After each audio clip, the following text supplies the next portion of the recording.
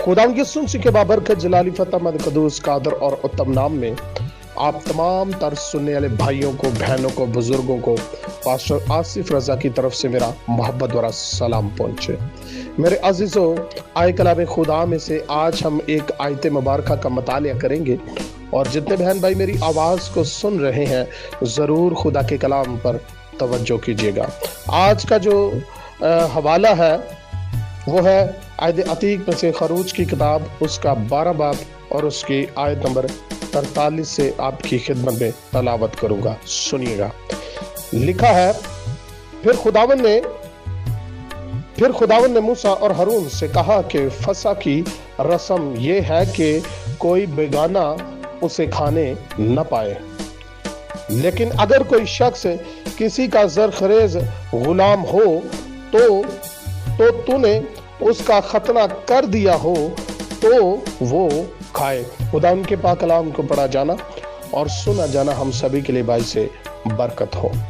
मेरे अजीजों, फसा की जो रस्म है जिसको आज हम मुख्तलिफ चर्चेस के अंदर देखते हैं कि वो अदा की जाती है, कुछ लोग अब इसमें फसा की रस्म में खास होता क्या है। हाँ, पाँव धोने की जो रस्म है ये तो साल में एक दफा की जाती है जब ईद फसा आती है, लेकिन इसी ईद फसा के अंदर हम देखते हैं कि एक खास रस्म और भी है और वो है शायरबानी, वो है खुदावन के बदन में शरीक होना। अब आप खुद ही इस बात से अंदाजा लगा सकते हैं कि जब साल में एक दफा ईद फसा आती है और ईद फसा पर पांव धोने की रस्म की जाती है, तो फिर ये दूसरी जो रस्म जो ईद फसा पर ही होती है वो हम हर महीने के पहले इतवार को क्यों करते हैं? या बहुत सारे चर्चेस के अंदर, प्रोटेस्टेंट के अंदर तो पहले महीने के पहले इतवार को होती है और कैथलिक के अंदर वो हर इतवार को होती है। लेकिन वो भी अगर हम करते हैं तो हमें खुदा के कलाम में से देख लेना चाहिए कि क्या खुदा के कलाम के मुताबिक वो सही है, क्या उसे हम दुरुस्त कर रहे हैं। इसीलिए तो खुदा के कलाम में लिखा है कि जो खाते पीते वक्त खुदा के बदन को ना पहचाने वो सजादार, वो सजा पाएगा। क्यों आज हमारे बदनों के अंदर बीमारियां राज करती है? क्यों हमारे बदन कमजोर हो चुके हैं? क्यों हम बीमारियों से रहाई नहीं पाते? आया क्या वजह है? इसका मतलब ये है कि हम जो रस्म, जो सर्विस करते हैं वो गलत करते हैं। और जब हम रस्म गलत करेंगे, सर्विस गलत करेंगे, टाइम पर नहीं करेंगे, याद रखें कि उधर खुदा का गजब नाजिल होगा, खुदा का कहर नाजिल होगा। खुदा के कलाम में हम देखें कि जब हारून के बेटों ने जब मज़बा पर कुर्बानी गुजरानी तो उन्होंने आग लगाने की जो सर्विस थी वो गलत की और खुदा ने उनको वहां ही हलाक कर दिया। लेकिन आज के मौजूदा दौर के अंदर हम देखते हैं तो खुदा का कलाम तो सभी सुनाते हैं, खुदा का कलाम तो सभी पढ़ते हैं, लेकिन पढ़कर भी वो खुदा के कलाम क्या बयान करता है। अगर हम खुदा के कलाम को सही तरीके से हम पढ़ते हैं तो खुदा का कलाम मेरे अजीजों बयान करता है कि अगर साल में एक दफा अगर पाँव धोने की रस्म होती है तो वो पाँव धोने की जो रस्म है वो ईद फसा पर होती है, तो फिर ये शायरबानी की रस्म जो है ये फिर हर महीने के पहले इतवार को क्यों होती है, ये हर संडे को क्यों होती है? इसका भी तो जवाब देना। आज इसी वजह से हमारी कलीसियाएं तरक्की नहीं करती। हाँ, भीड़ तो बहुत सारी लगी हुई है, लोग तो बहुत सारे जमा होते हैं, लेकिन बरगजीदा कम होते हैं, ईमानदार कम होते हैं, खुदा से मोहब्बत करने वाले कम होते हैं, खुदा के हुक्म पर अमल करने वाले कम होते हैं। अगर हम खुदा के हुक्मों को मानकर उन पर अमल करके चलते रहे तो याद रखें कि हमारी जिंदगी जो है वो कामयाबी की तरफ बढ़ती है। मेरे अजीजों, चेक करें यहां पर कलाम खुदा में, ये भाई पास्टर आसिफ रजा के ऊपर ब्लेम नहीं करना, या पास्टर आसिफ रजा के ऊपर इल्जाम नहीं लगाना कि पास्टर आसिफ रजा अपने पास से ये बात कह रहा है, बल्कि मैं नहीं कह रहा। अगर इल्जाम लगाना है तो यहोवा खुदा पर लगाएं। क्यों कि इस आयत के अंदर आप खुद अपनी आंखों से, अपने लबों से इसको पढ़कर देख सकते हैं कि यहोवा पाक खुदा अपने बंदा बुजुर्ग मूसा को क्या फरमाता है। वो कहता है, लिखा है कि फिर खुदावन ने मूसा और हारून से कहा कि फसा की रस्म ये है। क्या है? ये खुदावन से पूछे कि फसा की रस्म क्या है और उसका तरीकाकार क्या है। ये है कि कोई बेगाना उसे खाने न पाए, कोई बेगाना उसे खाने न पाए। लेकिन अगर कोई शख्स किसी का ज़रख़रेज़ गुलाम हो तो ने उसका खतना कर दिया हो तो वो उसे खाए। अब मैं आपसे पूछूंगा कि भाइयों बहनों जो इस वक्त मेरी आवाज को सुन रहे हैं, क्या आप इस्राएली हैं? क्या आप यहूदा के कबीला में से हैं?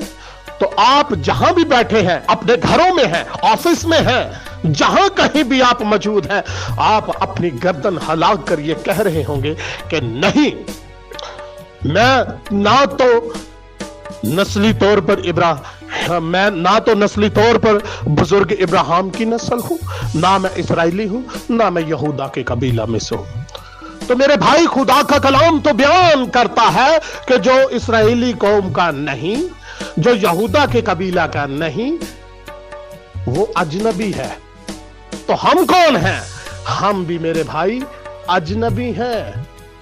हम फिर क्या है?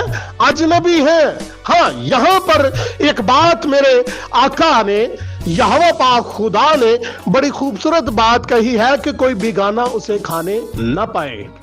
भाई उसकी शराइत खुदा ने बताई है कि सिर्फ वही शख्स खा सकता है।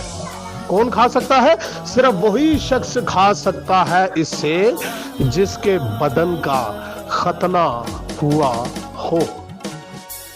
जिसके बदन का क्या हुआ हो? खतना हुआ हो, वही सिर्फ इस फसा में शरीक हो सकता है। जिसके बदन का खतना नहीं हुआ होता वो फसा की इबादत में शामिल तो हो सकता है, लेकिन वो खुदावन के बदन को खा नहीं सकता। वो इस शायरबानी में और इस खुदावन के बदन में वो शिरकत हासिल नहीं कर सकता। अगर वो इसको खाएगा तो उसके बातन में बीमारियां राज करेंगी, वो बीमार हो जाएगा। ये खुदा का कानून है, ये लॉ है मेरे अजीजों। आज हमें अपने आप को चेक करने की जरूरत है।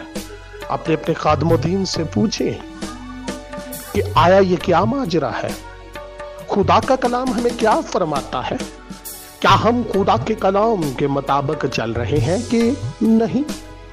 मेरे अजीजों, खुदा का कलाम तो सीधा सीधा हमें सिखाता है और बताता है। यहां पर कहा गया है कि अगर कोई अजनबी, अगर उसका खतना कर दिया गया है तो वो फसा में शामिल हो सकता है। अब मुझे ये बताएं कि हम क्या थे? हम गैर अकवाम थे, हम गैर कौम थे, लेकिन खुदावंद यीशु मसीह ने अपना बेशुमार खून बहाकर, अपना कोहे कलवर पर लहू बहाकर हमें अपने लहू से मोल लिया है, हमें खरीद लिया है। और जो चीज खरीदी जाती है, जिसकी कीमत अदा कर दी जाती है, वो चीज उसकी हो जाती है। आमीन। वो चीज उसकी हो जाती है, उसके ऊपर उसकी मोहर लग जाती है। आज मेरे अजीजों, उस वक्त हम देखते थे कि बनी इस्राएल कौम के अंदर जो गुलाम खरीदे जाते थे, जिनको खरीद लेते थे, तो वो इस्राएली कौम के अंदर इसी तरह रहते थे कि जैसे वो इसी खानदान के हैं। اور ان کے اوپر بھی وہی شریعت لاگو ہوتی تھی جو اسرائیلی قوم کے لیے تھی، اس کے اوپر بھی وہی شریعت لاگو ہوتی تھی۔ آج میرے عزیزو، ہمارے خداوند منجی خدا یسوع المسیح نے اپنی جان کا فدیہ دے کر ہمیں اپنے بیش قیمت لہو سے خرید لیا ہے۔ ہم ایک پاکستان میں لگائے گئے ہیں، ہم جنگلی زیتون تھے، ہم اصل زیتون میں پوست کیے گئے ہیں۔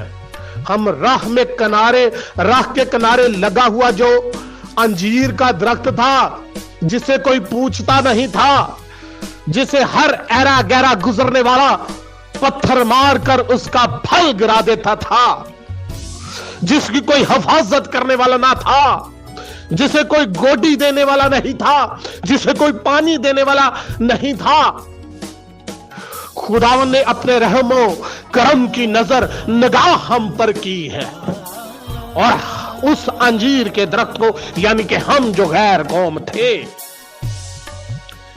ہمیں پاکستان کے اندر لگایا ہے، ہمیں باغ کے اندر لگایا ہے۔ اب باغ کا جو ہے وہ باغبان بھی ہے۔ اب جیسے دوسرے پودوں کی دیکھ بھال ہوگی، اس انجیر کے درخت کی بھی دیکھ بھال ہوگی۔ دوسرے پودوں کو پانی دیا جائے گا، اس کو بھی پانی ملے گا۔ دوسرے پودوں کی حفاظت ہوگی، اس کی بھی حفاظت ہوگی۔ اب کوئی شخص اس کو پتھر نہیں مارے گا، کیوں کہ یہ پاکستان کے اندر لگایا گیا ہے، اس کے چگرد بھاڑ ہے۔ میرے عزیزو، آج ہمیں اپنے آپ کو چیک کرنے کی ضرورت ہے۔ ہم اکثر فضل کا ڈنڈورا پیٹتے رہتے ہیں، لیکن فضل کو ہم پہچانتے نہیں کہ آیا فضل ہے کیا۔ فضل کو پہچانے کہ فضل ہے کیا۔ فضل یہ ہے کہ اس نے اپنے رحم و کرم سے ہم غیر اقوام کو، ہمیں اپنے بیش قیمت لہو سے خرید لیا ہے۔ جنگلی زیتون کو اصل زیتون میں پوست کر دیا ہے۔ میرے عزیزو، اپنے آپ کو میں کسی کے اوپر الزام تراشی نہیں کرتا، بلکہ خدا کے کلام کے مطابق یہی کہوں گا کہ اپنی اپنی صفیں درست کریں۔ خدا کا کلام بیان کرتا ہے کہ جو شاعر بانی کی جو رسم ہے وہ صرف اور صرف سال میں ایک دفعہ ہوتی ہے، اور وہ بھی عید فصح کے اوپر۔ جب عید فصح آتی ہے تو عید فصح کے اوپر جو ہے وہ شاگردوں کے، ایمانداروں کے پاؤں دھوئے جاتے ہیں۔ جس شخص نے توبہ کی ہوتی ہے، ادھر ہر کسی کے پاؤں دھوئے جا رہے ہیں۔ اور دوسری رسم جو ہے عید فصح کے اوپر، وہ خداوند کے بدن میں شامل ہونے کی ہے۔ لیکن آج کے موجودہ دور میں شاعر بانی کرتے تو ہیں، وہ بھی صحیح نہیں کرتے۔ ادھر ہر ایرا گیرا شاعر بانی میں شریک ہو رہا ہے، لیکن وہ بھی درست طریقہ نہیں ہے، اسی سبب سے وہ بیمار ہے۔